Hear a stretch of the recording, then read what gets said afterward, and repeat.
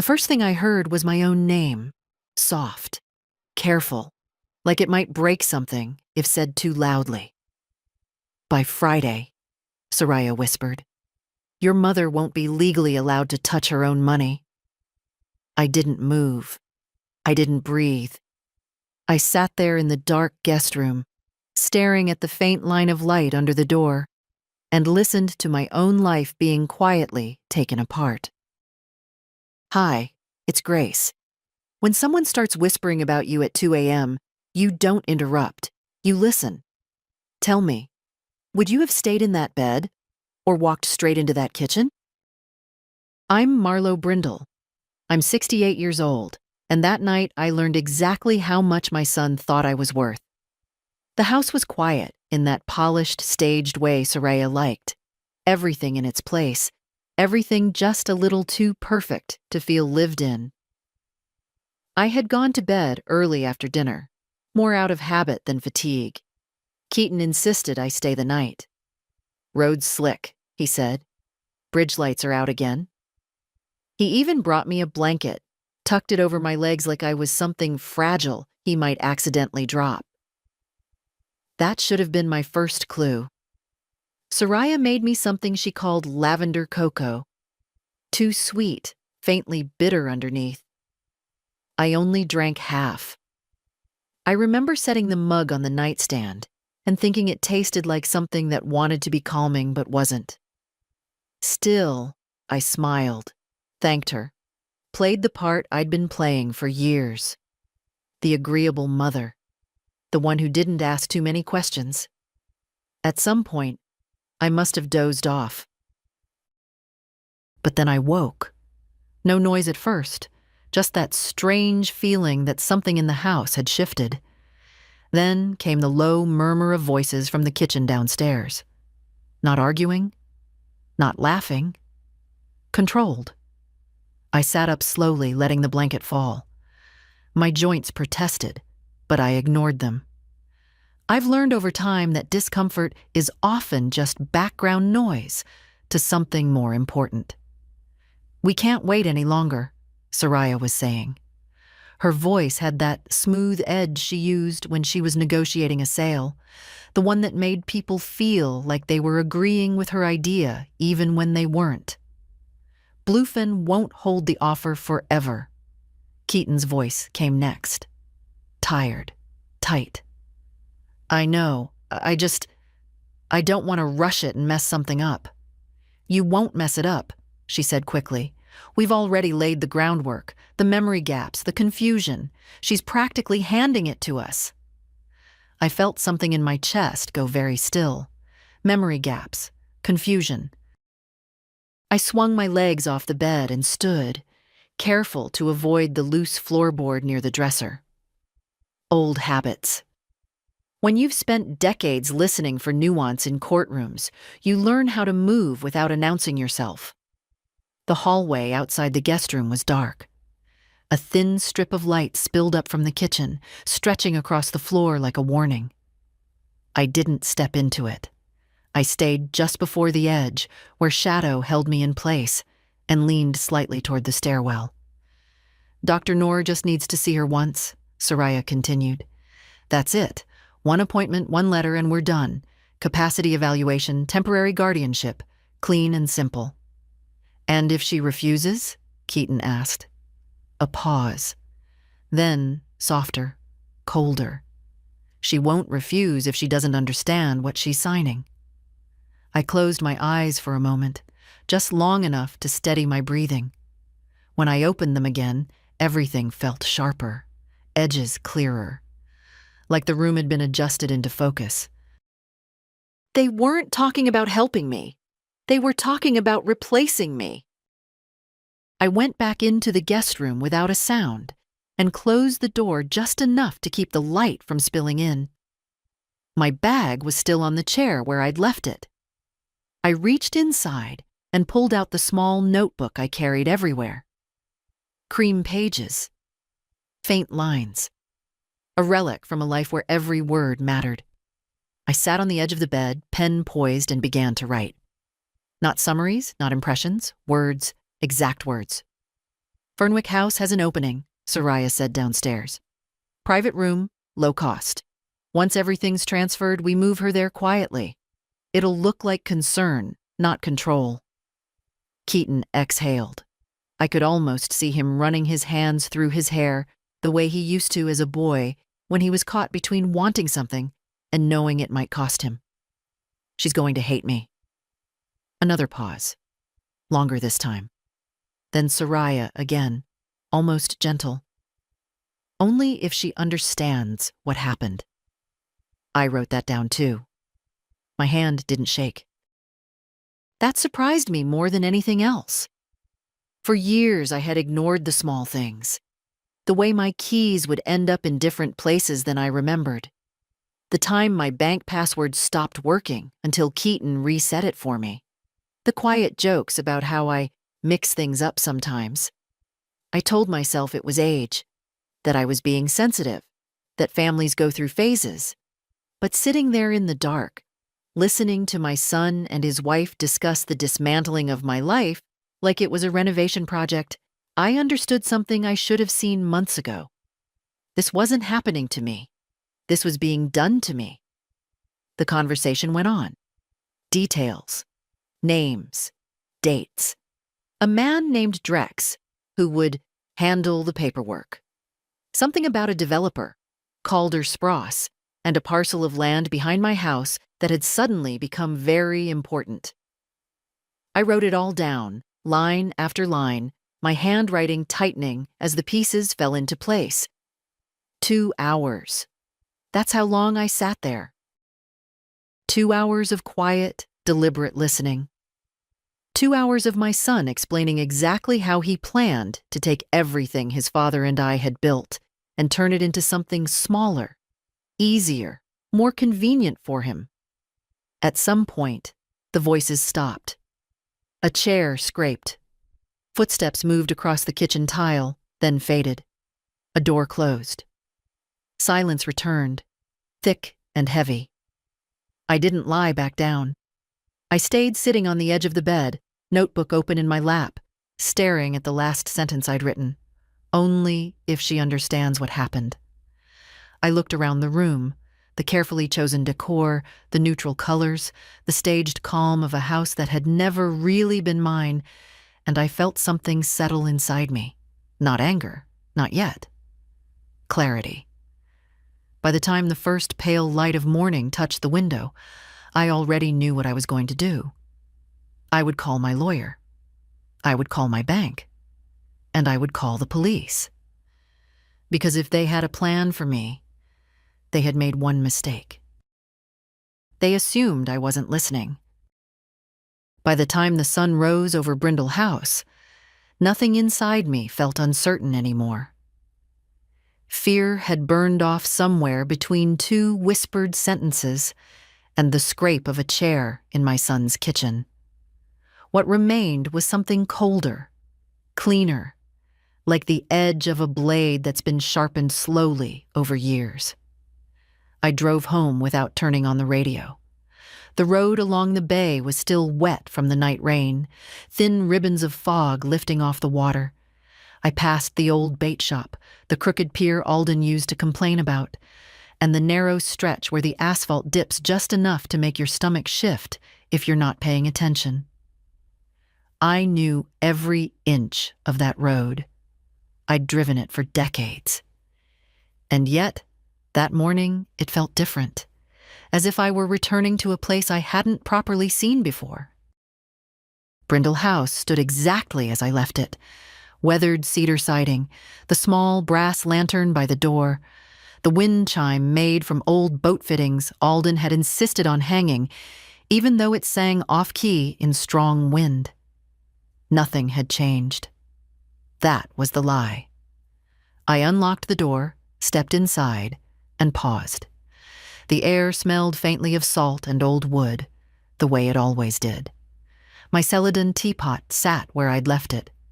The ormolu clock on the mantel ticked steadily, its rhythm calm and indifferent to everything that had shifted overnight. I set my bag down and walked straight to the kitchen. The drawer with my documents was exactly where it should be. I opened it. Neat folders, labels in my handwriting, insurance, property deeds, investments. I pulled out the one marked land rear parcel. For a moment, I just held it. Then I opened it and began to read. Every line, every clause. Not because I didn't trust what I would find, but because I needed to feel the truth of it settle fully into place. The boundary agreement Alden had signed years ago was still there, a restriction tied to the freshwater spring that ran beneath the back field. No large-scale development without explicit release. No subdivision access road without environmental review.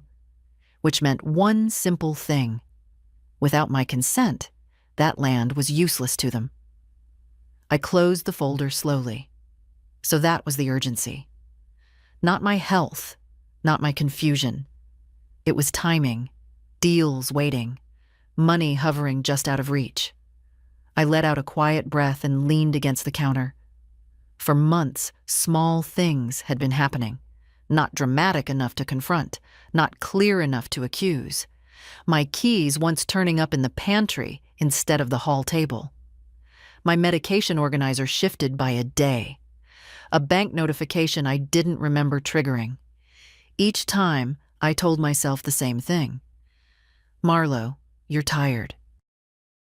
Marlo, you're getting older. I even apologized once. To Soraya. That thought sat heavily in my chest for a moment, then passed. I turned and walked into the living room. On the far wall hung a photograph of Alden standing beside the half-finished hull of a sailboat, sleeves rolled, smiling like he had all the time in the world. I stopped in front of it. You would have seen it sooner, I said quietly. Maybe he would have. Maybe he wouldn't. It didn't matter now. What mattered was what I did next. I moved with purpose after that. Not rushed, not frantic, just deliberate. First I made coffee, strong, black. The way Alden used to say it should wake the bones, not just the head. I poured it into a heavy mug and sat at the table with my notebook open beside me. I reread what I had written during the night. Names, dates, phrases. Capacity evaluation, temporary guardianship, Fernwick House. She won't refuse if she doesn't understand. Each line felt less like a shock now and more like evidence. I reached for my phone. For a moment I looked at Keaton's name in my contacts. My thumb hovered there just above it. Then I moved past it.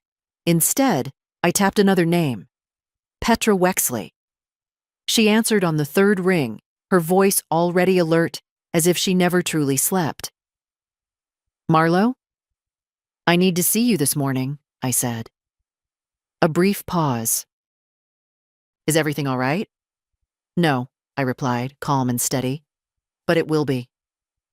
There was no hesitation after that. Come in, I'll clear my schedule. I ended the call and set the phone down. Next was the bank. Orson Vale had been managing my accounts for years. Careful man. Detail-oriented. The kind who noticed patterns others missed. I dialed his number and waited. When he answered, I didn't waste time. I need all outgoing authorizations reviewed and temporarily suspended, I said, immediately. That got his attention. I could hear the shift in his breathing. All of them? Yes. A pause. Longer this time. Is there a concern I should be aware of? There is, I said, and I'll explain it in person. For now, I want everything locked down. Understood, he replied. I'll initiate it right away. I thanked him and hung up. The last call took the longest. Not because I didn't know what to say, but because I understood what it meant. Once you bring the police into something, it stops being a family matter. It becomes a record, a line that can't be easily erased. I stared out the kitchen window at the narrow stretch of land behind the house, the one they thought they could take. Then I picked up the phone again. Marnie Quell, the voice on the other end said. My name is Marlo Brindle, I replied. and I believe someone is preparing to declare me unfit in order to take control of my property. Silence. Then, measured and sharp. I'm listening. I looked down at the notebook in front of me. For the first time since the night began, I allowed myself a small, quiet smile. Because now, they weren't the only ones with a plan. I didn't wait for their next move. People like Keaton and Soraya don't improvise. They follow a sequence. And if you interrupt that sequence early enough, they stumble. Not because they're weak, but because they've rehearsed everything except resistance. By noon, I was sitting across from Petra Wexley. Her office hadn't changed in years. Dark wood shelves, precise stacks of files, a faint scent of bergamot tea that never quite left the air. She didn't waste time on small talk. She never had. "Start from the beginning," she said, already reaching for a pen. So I did. Not emotionally, not dramatically. Clearly. I walked her through the night, every phrase I remembered, every detail I had written down. I slid the notebook across the desk. She read in silence, her eyes moving quickly, occasionally stopping to underline something. When she reached the line about Fernwick House, her expression shifted. "That's not care," she said quietly. "That's placement." "I know." "And this doctor, Silas Knorr, you've seen him before?" "No." She nodded once, then flipped back a few pages. "And you're certain about the notary? Drex Mallow?" "As certain as I can be from a 2 a.m. conversation." "That's enough for now," she said. Then she leaned back slightly, tapping the pen against the edge of the notebook. "Marlowe, what they're describing is a coordinated attempt at financial control. Possibly coercion, possibly fraud, depending on how far they've already gone." I held her gaze. "They've started." She didn't ask how I knew. She simply accepted it. "Good," she said after a moment. That word surprised me. "Good?" I repeated. "Yes," Petra said calmly. "Because if they've started, they've left traces. And traces are what we build cases on." She turned to her computer, typing quickly.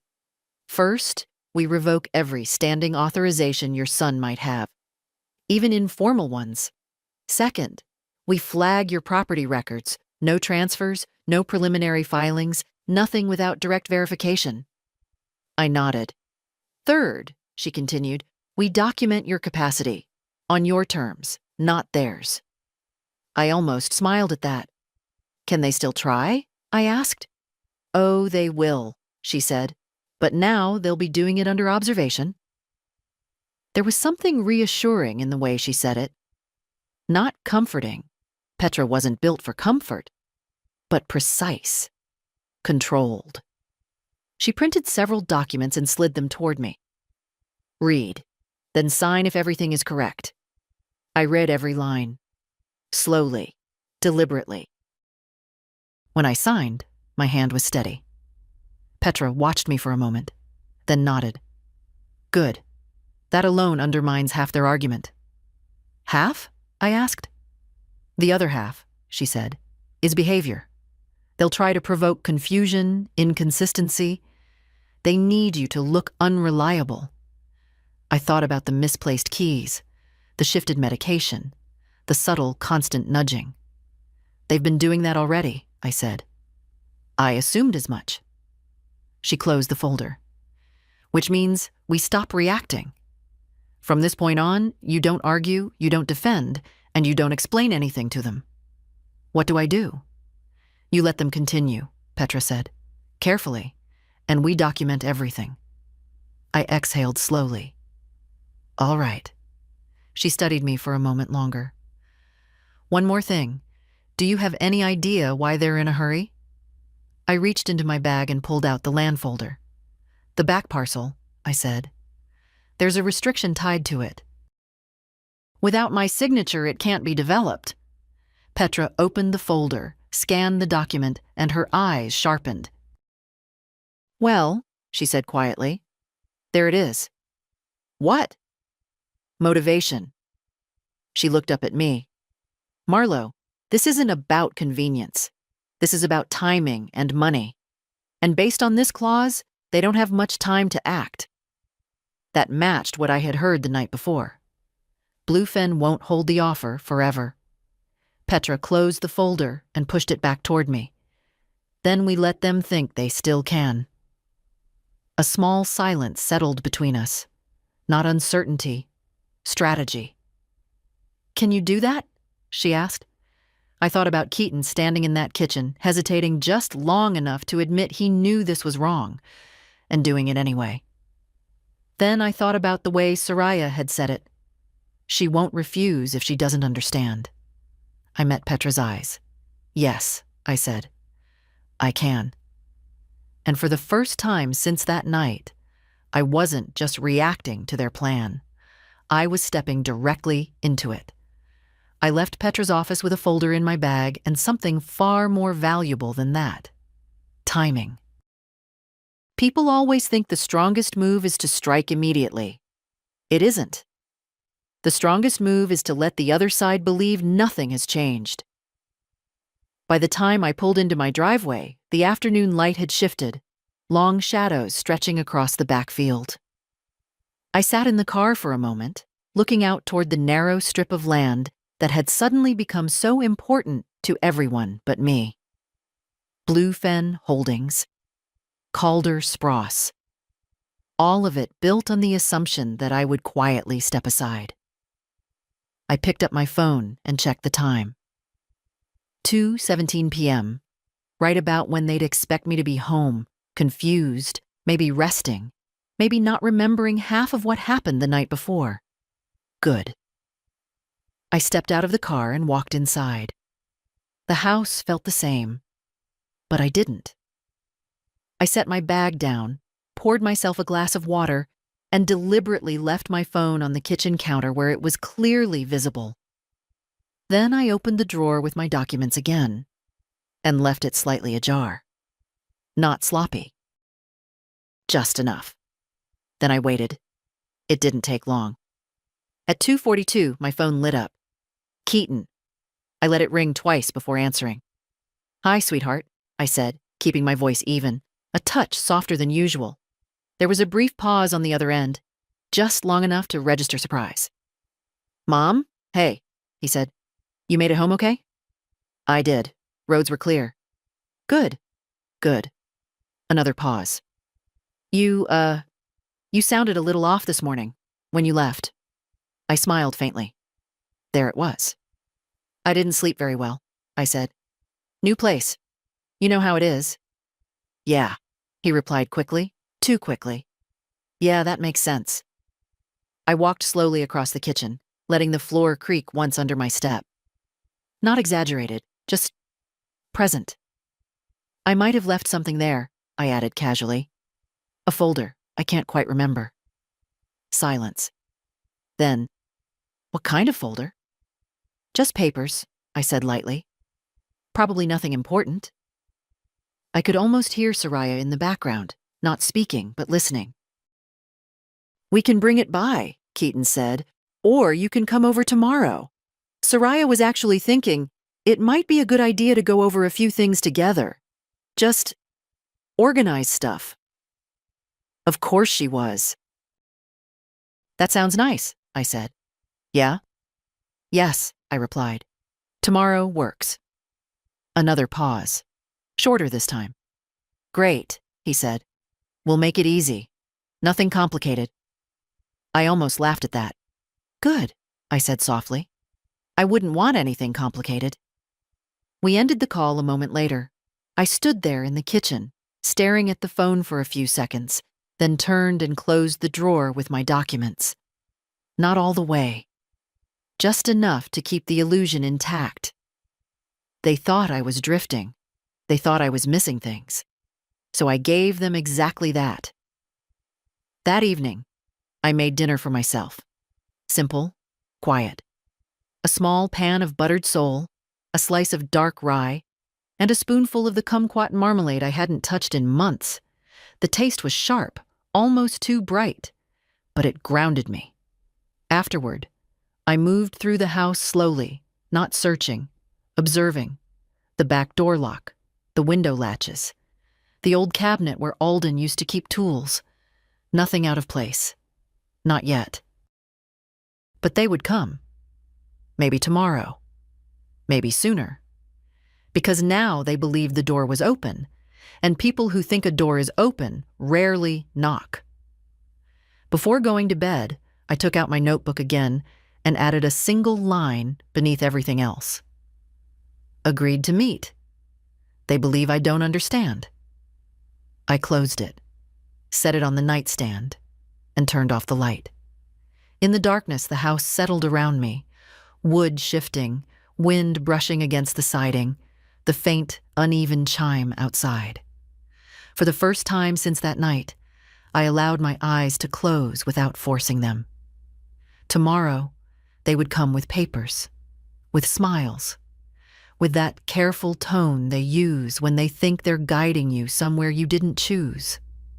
And I would be ready, not to argue, not to defend, but to let them walk exactly where they thought I couldn't see. Because now I knew something they didn't. They weren't leading me into their plan anymore. They were walking straight into mine. They arrived 10 minutes early. That told me everything I needed to know. People who come early aren't being polite. They're trying to control the pace before you're ready. I was already in the kitchen when the car pulled into the gravel. I didn't rush to the door. I wiped my hands slowly on a towel, turned off the stove, and only then walked to let them in. Keaton knocked once. Soft, careful. I opened the door. "Mom," he said, stepping forward like he might hug me, then hesitated just enough to make it awkward. "You look good." "I slept better," I replied. Soraya stood just behind him, perfect as always. Hair pinned, light beige coat, that controlled smile that never quite reached her eyes. "Marlo," she said warmly, "we didn't want to overwhelm you yesterday. Thought today we could just sit, talk through a few things calmly." "Of course," I said, stepping aside. "Come in." They walked into the house like visitors, not family. I noticed that. The way Soraya glanced around, not admiring, but measuring. The distance between walls, the light, the kind of look you give a property, not a home. We settled at the kitchen table. I had already set out 3 cups, the Celadon teapot between us, steam rising in slow, steady curls. Something about pouring tea forces people to slow down, to wait. It disrupts urgency. Soraya didn't like that. She smiled anyway. "So," she began, placing a slim leather folder on the table, "we've been thinking about how to make things easier for you." There it was. Easier. "For me?" I asked gently. "Yes," Keaton jumped in. "Just planning ahead, making sure everything's organized, in case something happens." "Something like what?" I asked. A flicker passed between them. Quick, practiced. Soraya answered. "Nothing specific, just age-related concerns, memory, stress. We all go through it." I nodded slowly, as if considering that. Then I reached for the teapot and poured. The silence stretched just long enough to make them uncomfortable. Finally, Soraya opened the folder. "These are just preliminary documents," she said, sliding the first page toward me. "Medical authorization, financial access, temporary, of course, just so Keaton can step in if needed." I looked down at the paper. Top page, clean, simple. Beneath it, edges of something thicker, more permanent. I didn't touch it yet. "Do you mind if I read it?" I asked. "Of course not," she said quickly. "Take your time." I picked it up, slowly, every movement deliberate. I let my eyes move across the page, not skipping, not scanning, reading. Exactly the way Petra told me to. The room stayed quiet. I could feel them watching me, waiting for hesitation, for confusion, for a question that would prove their version of me was real. Instead, I turned the page. That's when it happened. A small shift in Soraya's posture, not visible to anyone who wasn't looking for it. But I was. She didn't expect me to go that far. Second page, limited guardianship clause. Third, conditional transfer authority. Fourth, property consent language. There it was, not even hidden particularly well, just layered. "You've been busy," I said softly. Keaton exhaled, tension slipping into his voice. "Mom, it's just paperwork. It doesn't mean anything unless I sign it," I finished. He stopped. Soraya leaned forward slightly, voice smooth again. "Marlo, this isn't about control. It's about protection. For you, for the family." I looked up at her. "Protection from what?" She didn't answer immediately, so Keaton did. "From mistakes," he said. "From things slipping through. You said yourself yesterday you forgot a folder." There it was. I let that hang in the air for a moment. Then I smiled. "Yes," I said. "I did say that." Soraya relaxed. Just a fraction. And that was exactly when I reached forward and pressed my fingertip lightly against the bottom page, right next to the signature line. A small, almost invisible crescent mark. Then I leaned back. "I think I'd like to think about this," I said. The shift was immediate. Soraya's smile tightened. Keaton's jaw flexed. "It's really better to handle it while we're all here," he said. "Just get it done." "I'm sure it is," I replied calmly. "But I've always preferred to understand what I'm signing." "You do understand," Soraya said, just a shade sharper now. I met her eyes. "Then it won't hurt to wait a day." Silence. This time, heavier, more dangerous. Keaton stood up suddenly, pacing once behind his chair. "Mom, we're trying to help you. Why are you making this difficult?" There it was again. Difficult. I folded my hands on the table. "Sit down, Keaton." He froze. Not because I raised my voice, because I didn't. Slowly, he sat. Soraya watched me now with something new in her expression. Not confidence, calculation. "Of course," she said after a moment, voice carefully neutral. "Take your time. We just want what's best for you." I nodded. "I know." And I meant it, because now I knew exactly what best meant to them. They gathered the papers, slower this time, more cautious. At the door, Keaton paused. "Tomorrow?" he asked. I smiled faintly. "We'll see." They left without another word.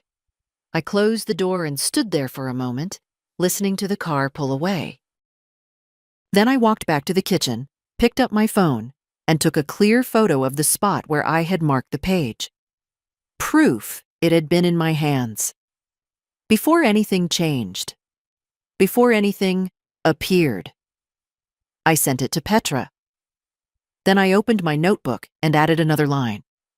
They pushed for immediate signature. Became tense when I read full document. I closed it. Set it down. And for the first time since this began, I allowed myself something small. Not relief. Not yet. But certainty. They were getting impatient, and impatient people make mistakes. They didn't wait a full day. That told me they were closer to losing control than they wanted to admit. The call came at 8:11 the next morning. "Soraya." I let it ring once before answering. "Marlo," she said, voice already in that polished, professional tone. "Not family, strategy. We were thinking it might be better to finalize things today. Keaton spoke with Dr. Noor, and he has an opening this afternoon." Of course he did. "I'm not sure I feel up to that," I replied, letting a hint of hesitation slip in. A beat, then softer, almost concerned.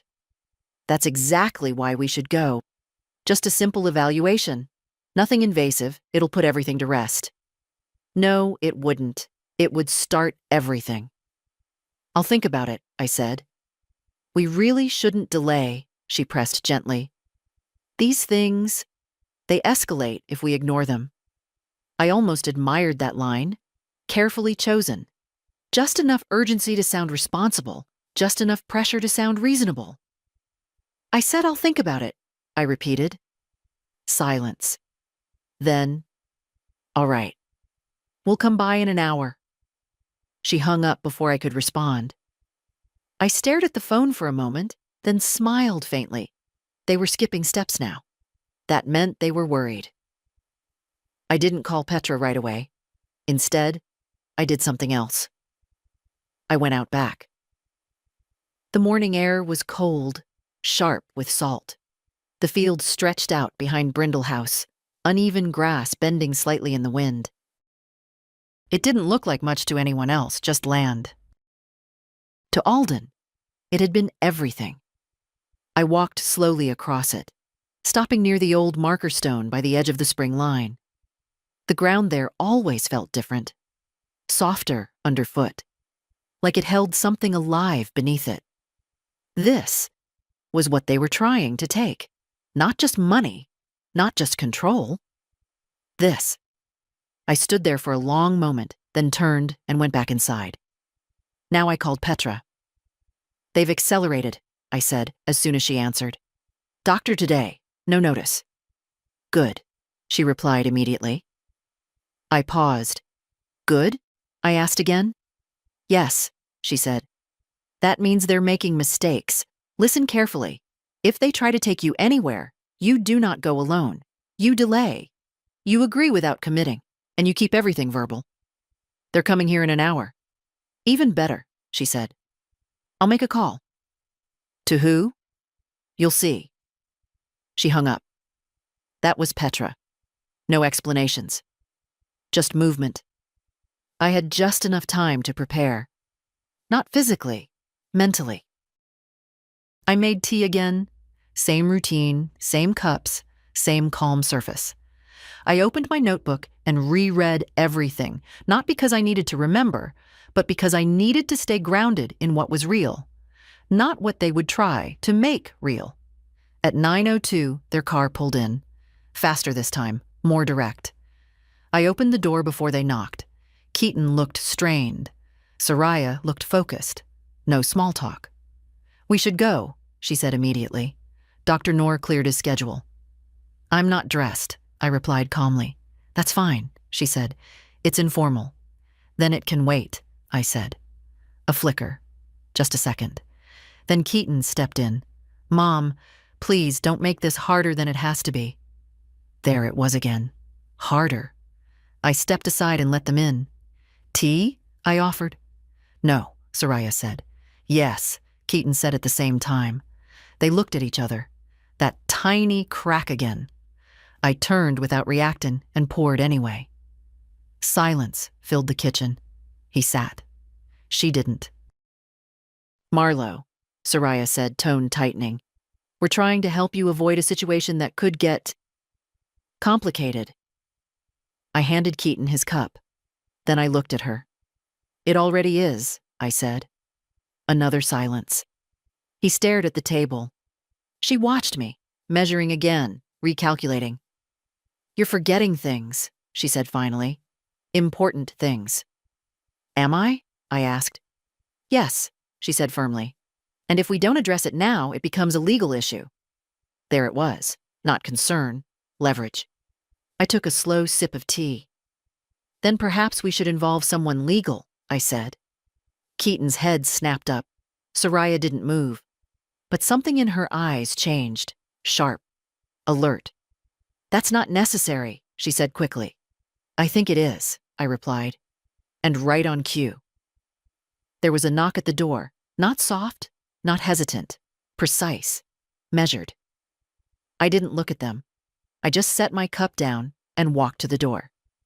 When I opened it, Petra Wexley stood there, and just behind her, Detective Marnie Quell. I stepped aside. Perfect timing, I said calmly. Then I turned back toward my son and his wife. You were saying? Petra didn't step inside immediately. She stood there just long enough for the moment to settle, for Keaton and Soraya to understand that whatever version of reality they were about to present had just acquired witnesses. "Marlowe," Petra said calmly, as if we were meeting for a scheduled appointment. "You asked me to come."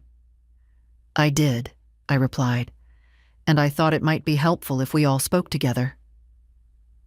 Detective Marnie Quell gave a short, neutral nod as she entered behind Petra, her eyes already scanning the room. Not suspicious, not aggressive, just attentive. That was enough. Soraya recovered first. Of course she did. Her smile returned, smoother this time but tighter around the edges. "I'm not sure I understand why this is necessary," she said. "We're just discussing family matters." "Then there's no harm in having clarity," Petra replied, setting her folder on the table with quiet precision. Keaton hadn't moved. He was still sitting where I'd left him, one hand wrapped around the teacup, the other pressed flat against the table like he needed something solid to hold on to. "Marnie Quell," the detective said, not loudly, but clearly enough. "I'm here because Mrs. Brindle expressed concern about potential coercion related to financial and medical decisions." There it was. Not accusation, not yet. But the word hung in the air like something heavier than all of us. Coercion. Keaton finally looked up. "That's ridiculous," he said quickly. "No one's coercing anyone. We're trying to help my mother." "Then we should all be able to discuss that openly," Petra said. Soraya stepped forward slightly. "With respect, this is a private matter. There's no need to escalate it into something legal." "It already is legal," Petra replied without raising her voice. "You introduced medical evaluations, capacity assessments, and legal documents. That makes it more than private." Silence. I remained where I was, standing near the counter, hands resting lightly against the surface. I didn't interrupt. I didn't defend. I let them speak. That was the point. Soraya shifted her attention to me, her tone softening again. "Marlowe, if this is about confusion or stress, we can handle it without involving outsiders." Outsiders. Interesting word. "I don't feel confused," I said. Keaton stood up then, more abruptly than he intended. "Mom, please, this is getting out of hand." "No," I replied quietly. "It's getting clear." That stopped him. Petra opened her folder. "Let's keep this simple," she said. "Yesterday, you presented Mrs. Brindle with documents involving financial access and guardianship, correct?" Soraya hesitated, just a fraction too long. "They were preliminary," she said. "Of course," Petra replied. "And did you explain the full scope of those documents before asking for a signature?" "They were going to be reviewed together," Soraya said smoothly. "Today?" Petra asked. Another pause. "Yes." Petra nodded once, then glanced at me. That was my cue. I stepped forward and picked up my notebook from the table. "I listened to you both for 2 hours, I said. The room went still. Keaton's face changed first. Confusion, then realization. "What?" he said. 2 nights ago, I continued calmly, around 2 in the morning, kitchen. You discussed Dr. Silas Knorr, Fernwick House, Drex Mallow, and a development deal tied to my land. Soraya didn't move. That was her tell. When she lost control, she went perfectly still. "That's not," Keaton started. I didn't raise my voice. I didn't need to. "I wrote it down," I said, lifting the notebook slightly. "Word for word?" Marnie Quell's attention sharpened immediately. "Do you still have those notes?" she asked. "Yes." Petra extended her hand. I passed the notebook to her. Soraya's composure cracked. Not visibly, not to anyone who wasn't watching closely. But I saw it. A tightening at the corner of her mouth. A shift in her shoulders. She hadn't planned for this. None of it. Keaton looked between us, his breathing uneven now, even Mom, you're taking this out of context. You heard part of a conversation. I heard enough, I said. Petra flipped through the pages briefly, then closed the notebook. That will be useful, she said. Soraya exhaled slowly, then straightened. When she spoke again, her voice was different. Less warmth, more steel. If you're implying anything illegal, she said, you should be very careful. I agree, Petra replied. That's why we're documenting everything. That was the moment it shifted. Not dramatically, not loudly, but decisively. The balance of control they thought they had was gone. Keaton ran a hand through his hair, pacing once, then stopping. This is insane, he muttered. We were trying to help. No, I said quietly. You were trying to replace me. He froze. Soraya turned to him sharply, a flash of irritation breaking through. There it was, the crack widening. Marnie Quell stepped forward, just slightly. Not threatening, just present. At this point, she said, I'd recommend that any further discussions about Mrs. Brindle's finances or medical decisions happen through legal representation. That's not necessary, Soraya said immediately. It is now, Petra replied. Silence again. Heavier this time. Final. I looked at my son, really looked at him, and for the first time since this began, I didn't see confusion or hesitation. I saw calculation and something else beneath it. Fear. Good. Because now he understood something he hadn't before. This wasn't a quiet conversation in a kitchen anymore. This was a record, and everything he said next would matter. No one raised their voice after that. That's how you know something has truly shifted, when people stop trying to win the moment and start trying to survive it. Keaton was the first to break eye contact. He turned away from me, pacing once toward the window, then back again, like he needed movement to think. This is getting twisted, he said finally, quieter now. You're making it sound like we were plotting something. You were, Petra said. Simple. Flat. No emotion. That hit harder than anything I could have said. Soraya stepped in before he could respond. We're done here, she said, gathering the folder from the table in one smooth motion. This has clearly become adversarial, and that's not productive. Adversarial? I repeated softly. She looked at me, and for the first time since I'd known her, she didn't bother softening her expression. Yes, she said, because instead of addressing concerns, you've chosen to escalate them. I tilted my head slightly. Concerns about what exactly? Another pause. Not hesitation this time. Calculation. That you're not as stable as you think you are, she said. There it was, not implied, not suggested, stated. The room went still again. Keaton looked at her sharply. Soraya, but she didn't stop. You forgot your own documents yesterday, she continued. You've misplaced medication. You've been inconsistent. Each word placed carefully, like stepping stones. I almost admired the structure of it. Petra didn't interrupt. Marnie didn't either. They let it happen. Because now, Soraya was building her case out loud. I see, I said calmly. Then I walked to the counter, picked up my phone, and unlocked it. Would you like to see something? I asked. She didn't answer, but Keaton did. What? I turned the screen toward them. The photo. Clear, focused. The bottom page of their document and right next to the signature line. My mark. That was taken yesterday, I said, after you left. Keaton frowned, stepping closer. What is that supposed to... It means, Petra said, stepping in smoothly, that Mrs. Brindle handled and reviewed that document in full, carefully, consciously. Soraya didn't react immediately, but her fingers tightened slightly around the folder. That proves nothing, she said. It proves awareness, Petra replied. which is the opposite of what you're implying. Silence. Keaton looked between us again, slower this time. Trying to catch up, trying to understand where the ground had shifted. This is insane, he said again, but there was less certainty in it now.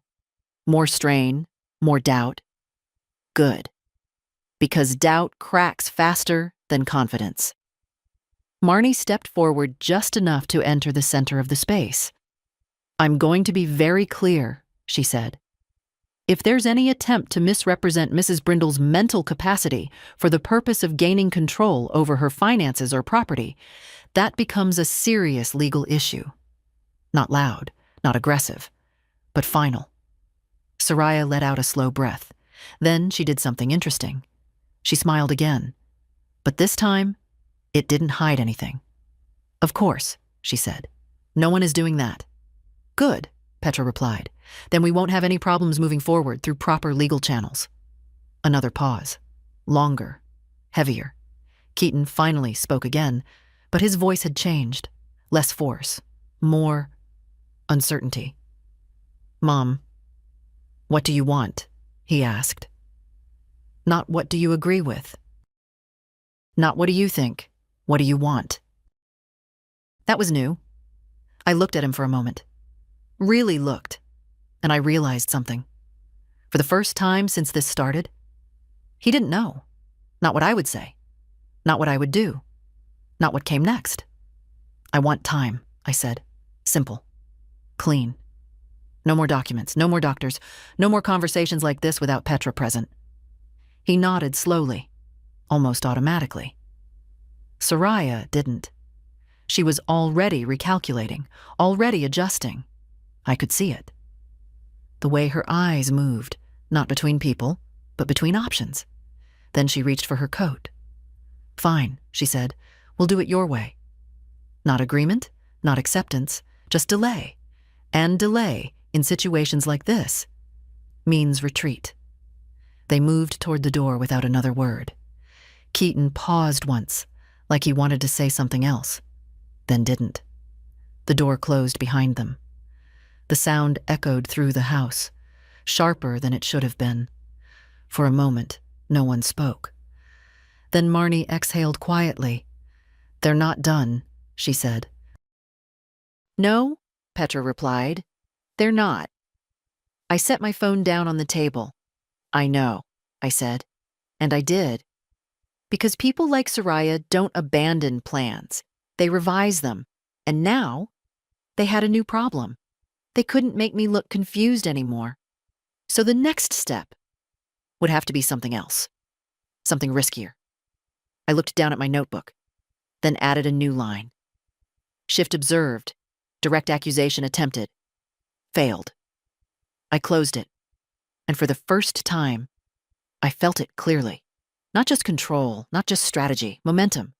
Because now they weren't ahead of me anymore. They were reacting. And that meant one thing. They were going to make a mistake. 3 days passed. No calls, no messages, no checking in. Silence like that isn't peace. It's pressure building. I didn't waste those days waiting. Petra moved fast, faster than I expected. By the second morning, every formal channel was locked down. Property records flagged. Financial access restricted. A formal notice sent to Dr. Silas Knorr requesting written disclosure of any prior communication regarding my evaluation. He hadn't responded. That alone said enough. Marnie, on the other hand, did something quieter. She asked me for a timeline. Every detail. Not just what I heard, but when things started changing. So I gave it to her. The keys, the medication, the password reset, the jokes about confusion, the accidental comments in front of others. She didn't interrupt, just wrote.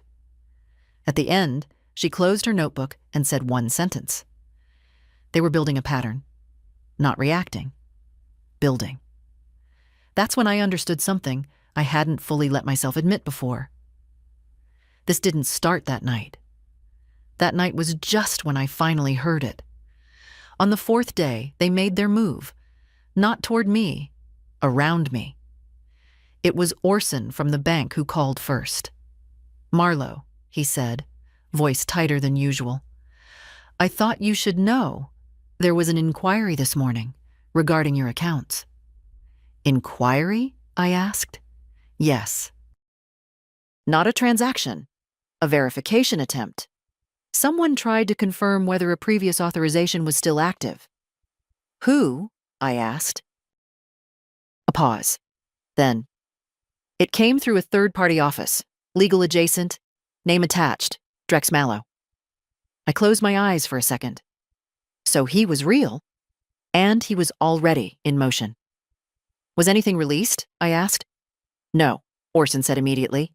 "Everything is flagged exactly as you requested, but they're testing the perimeter." Of course they were. "Thank you," I said. As soon as I hung up, I called Petra. "They're moving externally," I said. "Using Drex." "Good," she replied. I exhaled sharply. "You keep saying that." "Because it is," she said. "It means they're getting desperate enough to leave tracks." And we let them. That afternoon, I received a message. Not from Keaton, not from Soraya, from an unknown number. "We need to resolve this before it becomes unpleasant." No name, no signature. Just that. I stared at it for a moment. Then I smiled. Because subtle threats only work when the person receiving them still doubts what's happening. I didn't reply. Instead, I forwarded it to Petra, and 10 minutes later, she called me. "They've crossed the line," she said. "Explain." That message, combined with the financial inquiry, gives us leverage, but I want more. "More?" "Yes," she said. "I want them on record, in a controlled setting." I leaned back in my chair. "You want them to talk again." "I want them to commit," she corrected. There's a difference. The setup came together quickly, too quickly for them to suspect it. Petra arranged a resolution meeting. Neutral ground. Professional setting. Not my house. Not theirs. An office space rented under Bluefen Holdings. Through Calder Spross. That was the hook. If Soraya and Keaton still believed they could salvage the deal. They would come. And they did. The building used to be a cranberry packing facility, long converted into glass offices and polished concrete floors. Too clean. Too empty. The kind of place that echoes even when people speak quietly. I arrived first. Petra was already there. So was Marnie. But not in the room. Not yet. Everything about it was intentional. When Keaton and Soraya walked in, they didn't expect resistance. They expected negotiation. That was their mistake. Soraya noticed the layout immediately. The long glass table, the documents neatly arranged, the absence of casual comfort. This wasn't a family conversation. This was something else. "Marlowe," she said, careful again. Controlled. "I'm glad you agreed to talk." "I didn't agree," I said calmly. "I decided." That landed. Keaton shifted slightly beside her. "What is this?" he asked. Petra answered before I could. "This," she said, "is an opportunity for clarity." Soraya's eyes moved to her, then back to me, then to the documents on the table.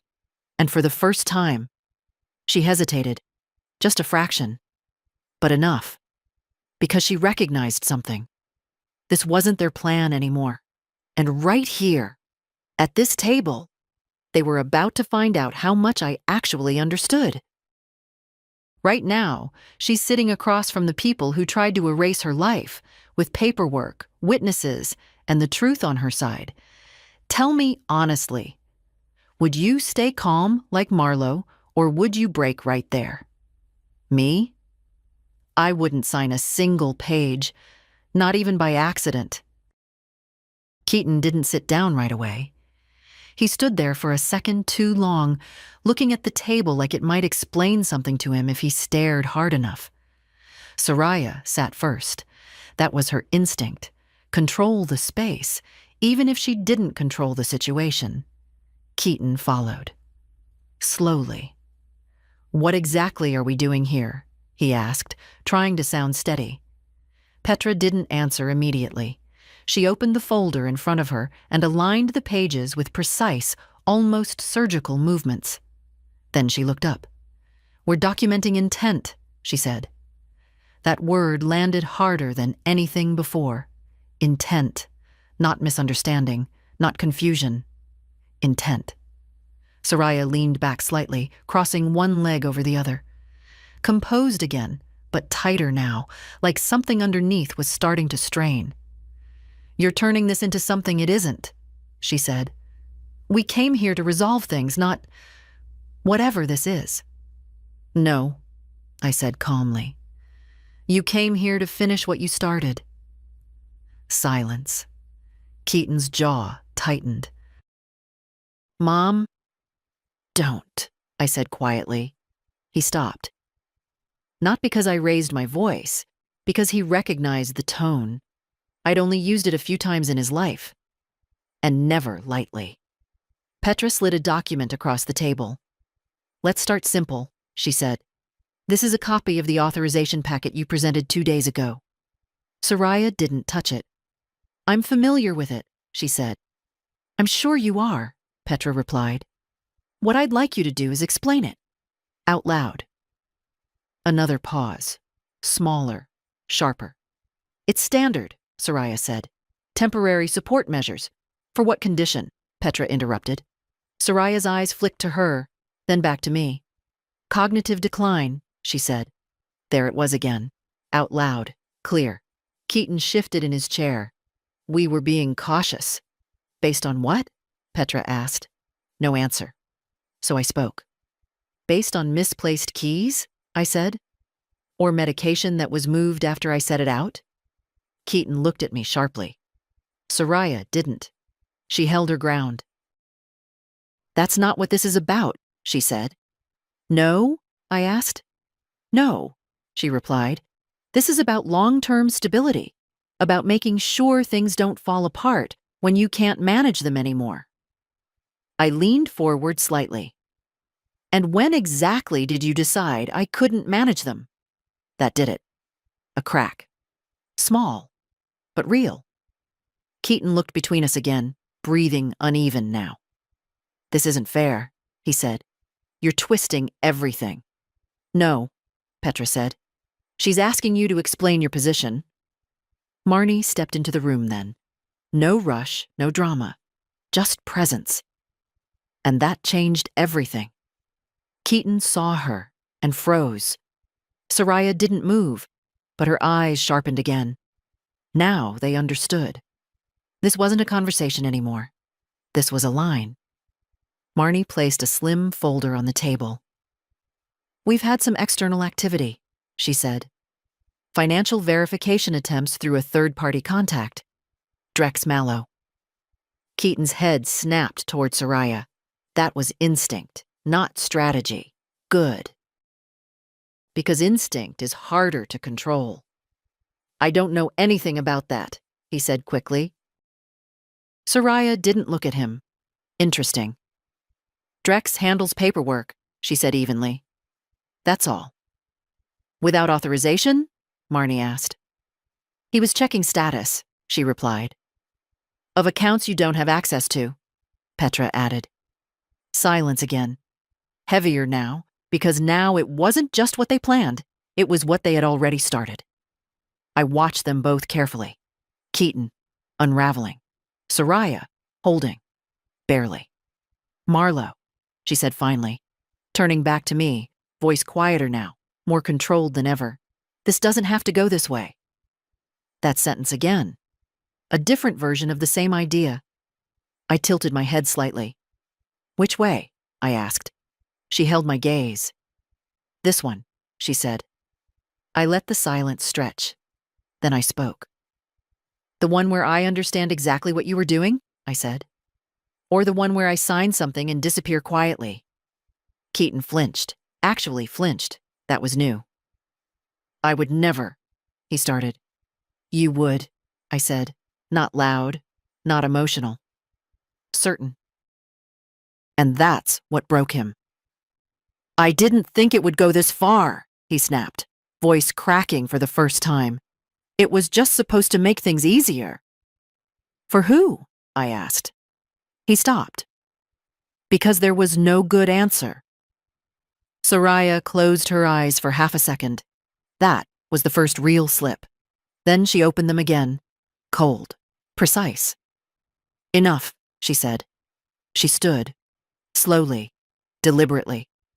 "If this is how you want to proceed," she continued, "then we'll proceed properly." Petra didn't react. Marnie didn't either. But I did. I leaned back in my chair and looked at her. "That's exactly what I want," I said. Another silence. Final this time. Because now there was nothing left to negotiate. Only consequences. Keaton sat there, staring at the table like he might find a way out written somewhere between the lines. He wouldn't. Soraya picked up her bag. "We're done here," she said. "No," Petra replied calmly. She slid one last document across the table. "You're just getting started." For a second, no one moved. Not Keaton, not Soraya, not even Petra. Because everyone at that table understood one thing at the same time. This wasn't reversible anymore. "What is that?" Soraya asked, her voice flat now, all warmth stripped out. Petra didn't look at her. She looked at me. "This," she said, "is a formal notice of investigation support and preservation of evidence." Keaton blinked. "What does that even mean?" "It means," Marnie answered calmly, "that from this moment forward, any attempt to alter documents, access accounts, or influence testimony can be treated as obstruction." That word hit harder than the last. Obstruction. Keaton leaned back in his chair like something physical had pushed him. "I didn't do anything," he said, quieter now. I didn't actually do anything." I watched him, and for a brief moment, I saw my son. Not the man sitting across from me. Not the one who whispered in the dark about moving me out of my own life. But the boy who used to stand in the doorway with dirt on his hands, asking if I was mad before I even said a word. That moment passed, because this wasn't about what he used to be. It was about what he chose to become. "You started something," I said quietly. "That's enough." He didn't answer, because he knew it was true. Soraya, however, didn't hesitate. She picked up the document Petra had slid across and scanned it quickly, her eyes moving faster than before, not reading, calculating. "You don't have a case," she said. Petra folded her hands. "We have a pattern, a witness statement, recorded intent, and external activity attempting to validate unauthorized access." "That's not a crime," Soraya replied sharply. "Not yet," Marnie said. "But you're very close." Silence again. This time, heavier than anything before. Because now, they weren't defending a plan. They were staring at consequences. Soraya set the paper down slowly. Then she did something I almost respected. She stopped pretending. "No one was going to hurt you," she said, looking directly at me. Not soft, not kind, just direct. "You were going to be taken care of," she continued, "properly, safely, without the risk of everything falling apart." "By removing me from it," I said. "Yes." Keaton turned to her. "Soraya." But she kept going. "Do you even understand what you're sitting on?" she said, her voice tightening now, just slightly. "That land, that deal, it would have secured everything. For all of us." "For you," I said. "For the family," she snapped. I shook my head. "No," I said quietly. "You don't get to use that word anymore." That landed, harder than anything else I'd said. Keaton closed his eyes for a moment, then opened them again. "What happens now?" he asked. That question mattered, because it wasn't defiance. It wasn't strategy. It was uncertainty. Real uncertainty. Petra answered. Now, she said, everything moves through legal channels. Any prior documents you attempted to prepare are invalid without consent. Any further contact regarding financial or medical authority goes through my office. And if we don't agree? Soraya asked. Marnie stepped forward slightly. You don't have to agree, she said. You just have to be very careful what you do next. Another silence. Final. Because now, there was nothing left to test. No more pressure to apply. No more angles to try. The room had closed. Keaton stood up slowly. Not angry. Not loud. Just tired. He looked at me. Really looked this time. I didn't think you'd... He stopped, searching for the words. Understand? I finished. He nodded. And there it was. The truth he couldn't avoid anymore. I stood as well. Not to match him. Not to confront him. Just to end it. You should go, I said. No anger. No bitterness. Just done. Soraya didn't argue. That surprised me. She picked up her bag, straightened her coat, and walked toward the door without another word. Keaton hesitated, just for a second, then followed. The door closed behind them. No slam. No final statement, just the quiet sound of something ending. The room felt different after they left. Lighter, but not empty. Petra gathered the documents methodically. Marnie closed her folder. It won't be immediate, Marnie said, but this will move forward. I know, I replied. Petra looked at me for a moment. You handled that well, she said. I almost smiled. Not because I needed the approval, but because I understood what she meant. I didn't break. I didn't react. I didn't give them what they expected. And that was the only reason I was still standing in control of my life. Later that evening, back at Brindle House, I stood in the doorway of the back room Alden used to use as a workshop. The tools were still there. The smell of wood, oil, and time. I walked inside slowly, running my hand along the old workbench. This room had been quiet for years, unused, waiting. A lot like me, I realized. I looked around once more, then nodded to myself. Not an ending, a shift.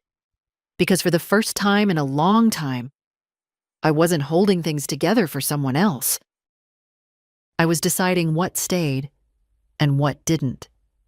And tomorrow, I would start with this room. The next morning, I woke up before the light reached the windows. Not because I had to, because my body no longer felt like it was waiting for something to happen.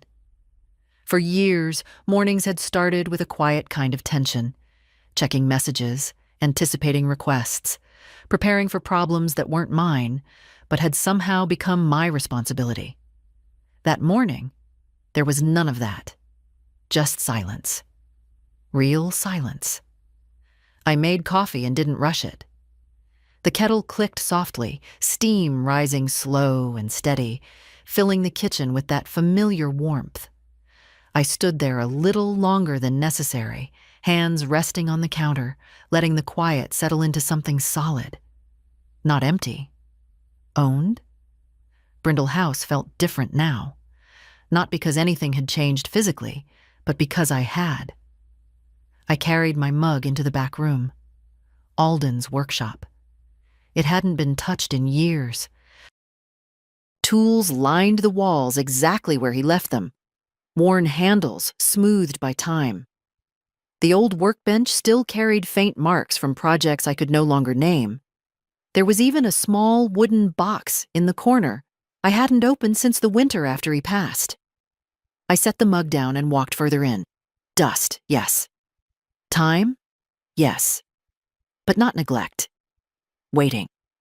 That's what it felt like. I opened the window. Cold air slipped inside, cutting through the stillness, bringing in the smell of salt and wet grass from the field. For a moment, I just stood there, breathing it in. Then I moved. Not fast, not dramatic. I picked up one tool, then another. Set them down properly. Cleared a section of the table. Wiped away a thin layer of dust with an old cloth I found folded beneath the bench. Small things, but deliberate, because this space wasn't going to sit unused anymore. Neither was I. By midday, Petra called. "It's moving forward," she said. "There will be formal steps, statements. Possibly charges depending on how far it goes." I listened, calmly. "And Keaton?" I asked. A brief pause. "He's cooperating," she said. "Or trying to." That didn't surprise me. "And Soraya?" Another pause. "She's not." That didn't surprise me either. "All right," I said. Petra hesitated just slightly.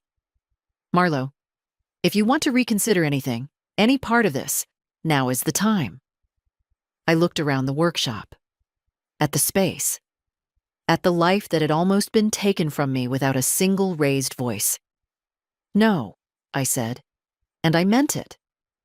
Later that afternoon, Neve came by. She didn't knock the way she used to, quick, uncertain. This time it was steady. When I opened the door, she didn't say anything at first. She just stepped forward and hugged me, tightly. I let her. "You okay?" she asked after a moment. "Yes," I said, and that answer felt different now. True in a way it hadn't been before. We sat in the kitchen for a while. No heavy conversations, no sides chosen out loud. Just tea, quiet questions, small moments of normal that hadn't existed in weeks. At some point, she noticed the open door to the back room. "You're using it again?" she asked. "I am." She smiled slightly. "Grandpa would have liked that." I nodded. "I think so, too." That evening, after she left, I went back out there. The light was lower now, stretching long shadows across the floor. I turned on the old lamp Alden used to work under. It flickered once, then steadied. I placed my notebook on the table, opened it, and for a moment, I just looked at everything I had written over the past days. Plans, words, evidence, the quiet record of a life almost rewritten by someone else. Then I turned to a clean page and wrote one final line. I heard them, I understood, and I chose myself. I closed the notebook, not as an ending, but as a decision. I'll say this honestly. If I were in Marlo's place, I wouldn't scream or chase them. I'd do exactly what she did. Protect everything quietly, let the truth surface, and never hand my life over just to keep peace. If this story hit you, subscribe, like, and tell me in the comments, what would you do if you heard that conversation at 2 a.m.?